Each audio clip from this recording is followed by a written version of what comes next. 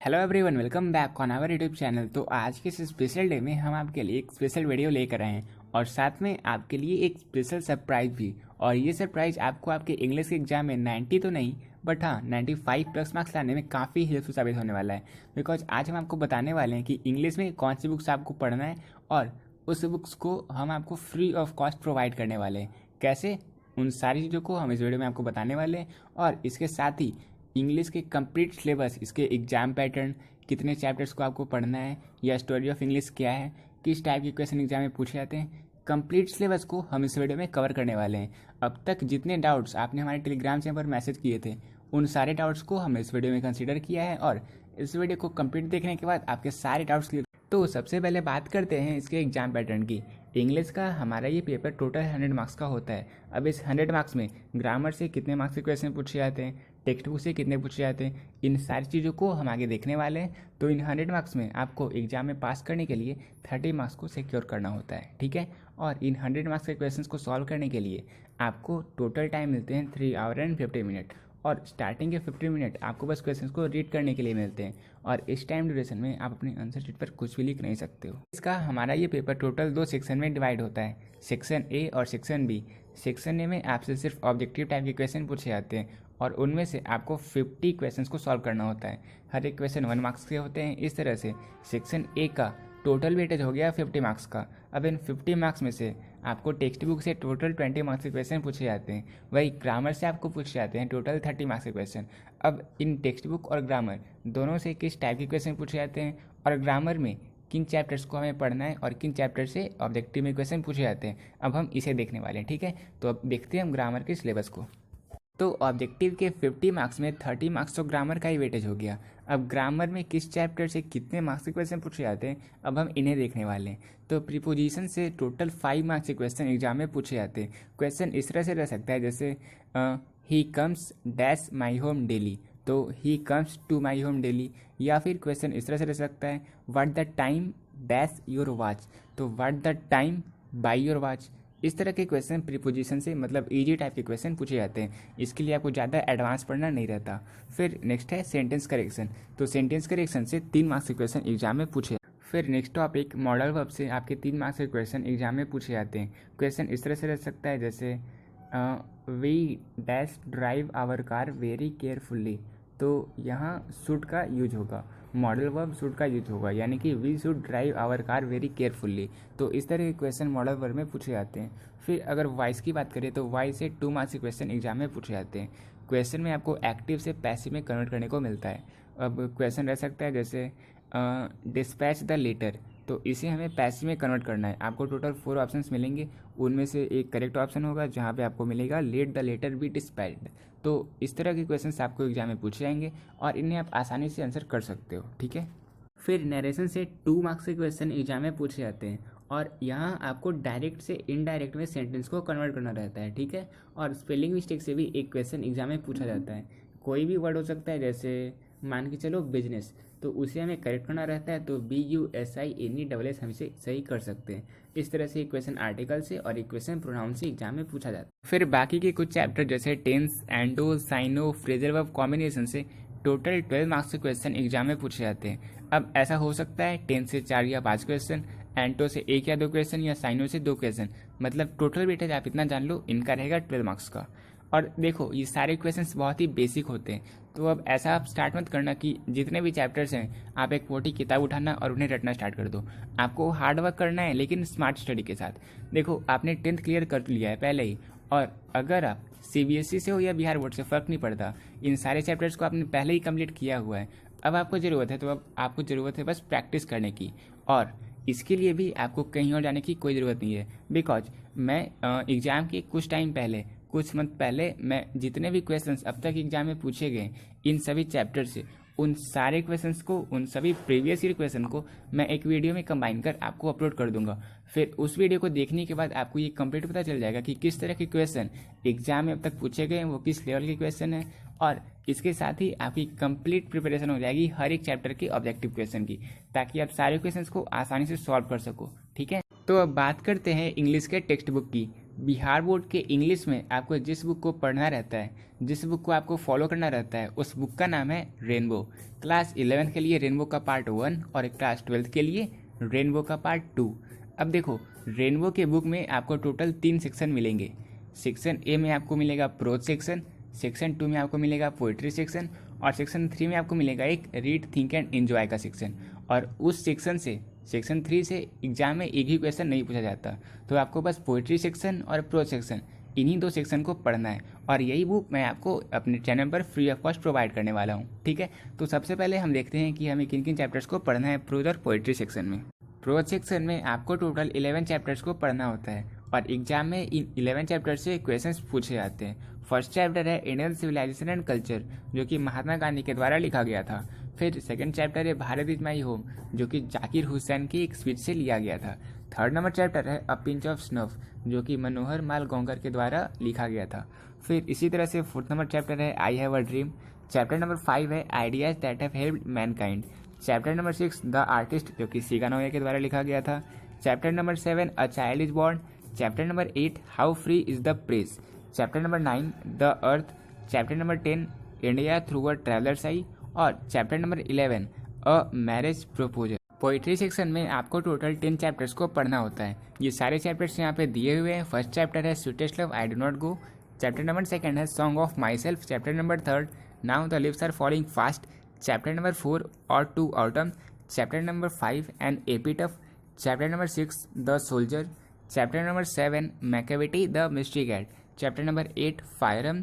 Chapter number 9 snake and chapter number 10 my grandmother house. Pros and poetry section के बाद आपको English में एक और बुक को पढ़ना होता है और इस बुक का नाम है स्टोरी ऑफ इंग्लिश। इस बुक से एग्जाम में ऑब्जेक्टिव और सब्जेक्टिव दोनों में क्वेश्चन पूछे जाते हैं, ठीक है। तो अब हम देखते हैं स्टोरी ऑफ इंग्लिश में हमें किन किन कंटेंट्स को पढ़ना होता है। इसे आपको 2 पार्ट्स में पढ़ना होता है। सेक्शन ए में आपको पढ़ना होता है स्टोरी ऑफ इंग्लिश लैंग्वेज, वही सेक्शन बी में आपको पढ़ना होता है स्टोरी ऑफ इंग्लिश लिटरेचर। तो सेक्शन ए में टोटल 8 चैप्टर्स हैं। चैप्टर नंबर 1 है how English began. Chapter number 2 English down the ages. Chapter number 3 old English. Chapter number 4 middle English. Chapter number 5 modern English. Chapter number 6 English as a world language. Chapter number 7 global English and chapter number 8 future of English. फिर इसके बाद section 2 में आपको पढ़ना होता है story of English literature. इसमें आपको टोटल 3 चैप्टर्स को पढ़ना होता है। Chapter number 9 story of English poetry. Chapter number 10 story of English drama and chapter number 11 story of the novel in English. अब देखो, आपके आज के लिए स्पेशल ये है कि ये दोनों बुक्स द रेनबो और स्टोरी ऑफ इंग्लिश दोनों बुक्स मेरे पास ऑलरेडी अवेलेबल है। तो अब आपको इसे परचेज करने की भी ज़रूरत नहीं है। अगर आपको ये बुक चाहिए हो तो मैं सबको तो सेंड नहीं कर सकता, लेकिन हाँ, सबके साथ शेयर ज़रूर कर सकता हूँ। वो कैसे? देखो, प्रोज सेक्शन, पोइट्री सेक्शन और स्टोरी ऑफ इंग्लिश के जितने चैप्टर्स हैं, मैं हर एक चैप्टर के कंप्लीट कंटेंट यानी उस चैप्टर के सभी पेज को एक शॉर्ट वीडियो में आप सभी के साथ शेयर कर दूंगा। ये वीडियो 2 से 3 मिनट का हो सकता है और इस तरह से हम धीरे धीरे सारे चैप्टर यानी कि कंप्लीट बुक को कुछ दिनों में अपलोड कर देंगे। तो अगर आपको ये बुक चाहिए हो तो आप नीचे कमेंट करना, ताकि मुझे पता चल सके कि हाँ, इतने स्टूडेंट्स को ये बुक चाहिए, तो मैं अपलोड कर दूंगा। हर एक दिन न्यू वीडियो अपलोड आ जाएगी और इस तरह से हम कंप्लीट बुक को कवर कर लेंगे, ठीक है। जल्द से जल्द कमेंट करना, ताकि 2 से 3 दिनों के अंदर अंदर हम इसे स्टार्ट कर दें, ठीक है। तो अब हम आगे बढ़ते हैं। तो अब देखते हैं ऑब्जेक्टिव में जो 20 मार्क्स के क्वेश्चन हमारे टेक्स्ट बुक से आते हैं वो किस टाइप के आते हैं और कहाँ से आते हैं। और इसे जानने के बाद आप ऑब्जेक्टिव में 50 आउट ऑफ 50 आसानी से स्कोर कर सकते हो। देखो, टेक्स्ट बुक से आपको 5 से 6 क्वेश्चंस मिल जाएंगे ऑथर से, यानी कि प्रोज और पोएट्री सेक्शन के किसी चैप्टर का नाम दिया रहेगा और आपसे पूछा जाएगा कि उस चैप्टर के कौन ऑथर या कौन से पोइट हैं, और उससे आपको आंसर करना रहता है। टोटल 4 ऑप्शंस मिलेंगे, उनमें से किसी एक को आपको आंसर करना रहेगा। इससे आपको गारंटीड 5 से 6 क्वेश्चंस मिल ही जाएंगे, ठीक है। फिर नेक्स्ट पॉइंट है जो आपको जिस टाइप के क्वेश्चंस मिलेंगे वो है द स्टोरी ऑफ इंग्लिश। तो द स्टोरी ऑफ इंग्लिश के चैप्टर से आपको कुछ क्वेश्चंस पूछा जाएगा, जैसे मिडिल इंग्लिश की शुरुआत कब हुई थी। इस तरह के क्वेश्चन जब आप उनके कंटेंट को पढ़ोगे तो आप इन सारे क्वेश्चंस को आंसर कर सकते हो।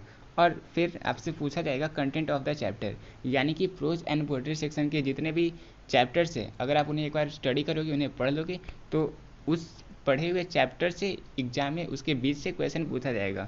जैसे अ पिंच ऑफ स्नफ से क्वेश्चन ये पूछा जा सकता है कि ऑथर के मटर्नल अंकल या पैटर्नल अंकल कौन आए थे। ऑप्शंस दिया रहेगा, आपको कमेंट करना, कमेंट नहीं करना, आपको आंसर करना है। एग्जाम में आपको आंसर करना है और हमारे चैनल में आपको कमेंट करना है, ठीक है। फिर फोर्थ पॉइंट है lines taken from the poem. तो पोएम के किन्हीं एक या दो लाइन को आपको दिया रहेगा और आपको बताना है कि वो जो लाइन्स है वो किस चैप्टर से लिया गया था। तो ये सारे इस तरह के क्वेश्चंस आपके ऑब्जेक्टिव में एग्जाम में पूछे जाते हैं। तो आई एम श्योर अब आप 50 आउट ऑफ 50 ऑब्जेक्टिव में आंसर कर सकते हो, ये आप कर सकते हो।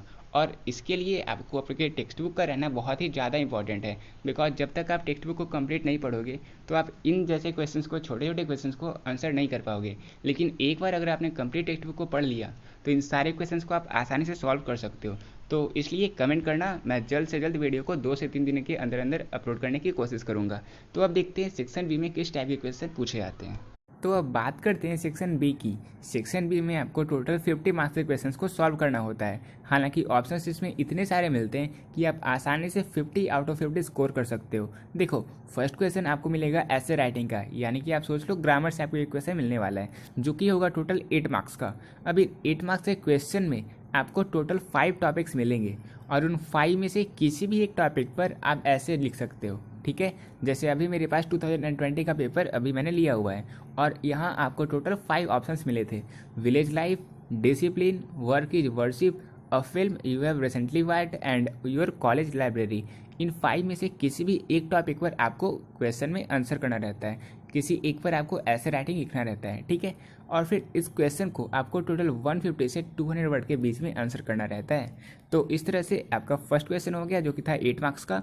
और यहाँ आपको टोटल 5 ऑप्शंस मिलेंगे, उनमें से किसी भी एक टॉपिक पर आप ऐसे लिख सकते हो। फिर सेकंड क्वेश्चन आपको मिलते हैं पोएट्री सेक्शन से।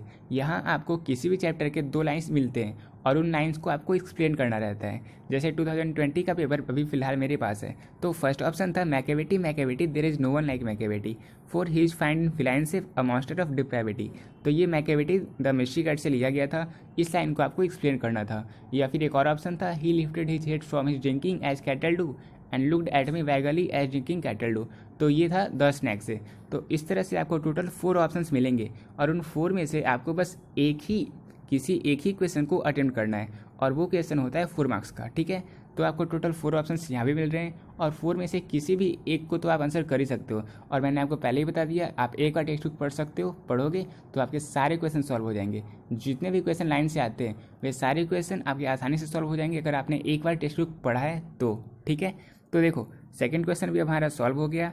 फिर जो थर्ड क्वेश्चन है, explain any one question of pros, यानी कि प्रोज सेक्शन से भी आपको किसी भी चैप्टर से एक सेंटेंस मिलेगा और उस सेंटेंस को आपको एक्सप्लेन करना रहता है कि वो सेंटेंस किस चैप्टर से लिया गया है और उस सेंटेंस के अकॉर्डिंग जो हमारा ऑथर है वो क्या कहना चाहता है। तो इसे भी आपको टोटल 4 ऑप्शंस मिलेंगे इसमें और 4 में से किसी भी एक पर आप आंसर कर सकते हो और ये भी होता है टोटल 4 मार्क्स का। और इन दोनों क्वेश्चन को आप 30 से 40 वर्ड्स के बीच में आंसर कर सकते हो, ठीक है। तो अब हमने देख लिया सेकंड क्वेश्चन और थर्ड क्वेश्चन भी। अब हम देखते हैं क्वेश्चन नंबर 4 को। फिर क्वेश्चन नंबर 4 में भी आपको 2 ऑप्शंस मिलेंगे, या तो आप लेटर या फिर आप एप्लीकेशन लिख सकते हो और ये क्वेश्चन होते हैं 5 मार्क्स के। अगर आप लेटर लिखना चाहते हो तो आपको पता होना चाहिए लेटर का क्या फॉर्मेट होता है और एप्लीकेशन का क्या फॉर्मेट होता है। वैसे ये चीज़ें तो हम बचपन से बनाते हैं, तो फिर ये तो आपको अच्छे से पता होगा, आप अच्छे से आंसर कर ही सकते हो। और ये जो क्वेश्चन है मतलब एप्लीकेशन, ज़्यादातर प्रिंसिपल्स को लिखने के लिए आते हैं और लेटर राइटिंग में हमेशा मतलब ज़्यादातर क्वेश्चंस वैसे आए हैं जहाँ पे आपको इनफॉर्मल लेटर ही लिखना होता है। तो ये बस थोड़ा हिंट दे दिया मैंने कि किस तरह के क्वेश्चन अब तक पिछले साल तक पूछे गए हैं। फिर इस तरह से आप सारे फॉर्मेट को देख लेना, फिर आप एग्जाम में इसे आंसर कर सकते हो। फिर अब देखते हैं क्वेश्चन नंबर 5 को। 5 नंबर क्वेश्चन में आपको शॉर्ट टाइप के क्वेश्चन मिलते हैं। यहाँ आपको टोटल 10 क्वेश्चंस मिलेंगे और उन 10 में से आपको बस 5 क्वेश्चन को ही अटेम्प्ट करना है। और यहाँ पे आपको prose section, poetry section, story of English, इन तीनों सेक्शन से 3 से 4 क्वेश्चन मिल जाते हैं। इस तरह से आपको टोटल 5 क्वेश्चन को सॉल्व करना होता है। हर एक क्वेश्चन होते हैं 2 मार्क्स के, यानी कि इसका टोटल वेटेज हो गया 10 मार्क्स का। और जितने भी क्वेश्चन हैं उन्हें आपको 40 से 50 वर्ड के बीच में आंसर करना होता है, ठीक है। तो ये हो गया टोटल टेक्स्ट बुक का जितने क्वेश्चंस पूछे जाते हैं शॉर्ट टाइप में। अब हम देखने वाले हैं क्वेश्चन नंबर 6 को। अब क्वेश्चन नंबर 6 में आपको टोटल 15 मार्क्स के क्वेश्चंस को सॉल्व करना होता है। यहाँ आपको टोटल 5 क्वेश्चंस मिलेंगे। 5 में से आपको किसी भी 3 क्वेश्चंस को सॉल्व करना होता है और उन हर तीनों क्वेश्चंस में आपको टोटल 3 ऑप्शंस मिलेंगे और उन 3 में से आपको किसी एक ऑप्शंस को सॉल्व करना होता है। समझ नहीं पाए क्या? चलो एक्सप्लेन करते हैं। देखो, क्वेश्चन नंबर 6 में आपको फर्स्ट क्वेश्चन मिलेगा प्रोज सेक्शन का, यानी कि यहाँ पे आपको प्रोज सेक्शन के किसी 3 चैप्टर्स को दिया रहेगा और उन 3 चैप्टर्स में से किसी भी एक चैप्टर पर आपको समरी लिखनी रहती है। ठीक है, फर्स्ट क्वेश्चन में आपको मिलती है प्रोज सेक्शन से टोटल 3 चैप्टर्स, 3 में से किसी भी एक चैप्टर्स पर आपको समरी लिखनी रहती है 100 से 120 वर्ड्स में। ये हो गया फर्स्ट क्वेश्चन। फिर सेकंड क्वेश्चन है, आपको मिलेगा यहाँ पोइट्री सेक्शन से टोटल 3 चैप्टर्स, 3 में से किसी भी एक चैप्टर्स पर आपको लिखना रहता है समरी। प्रोज सेक्शन से और पोइट्री सेक्शन से question number first, question number 2 हमने देख लिया।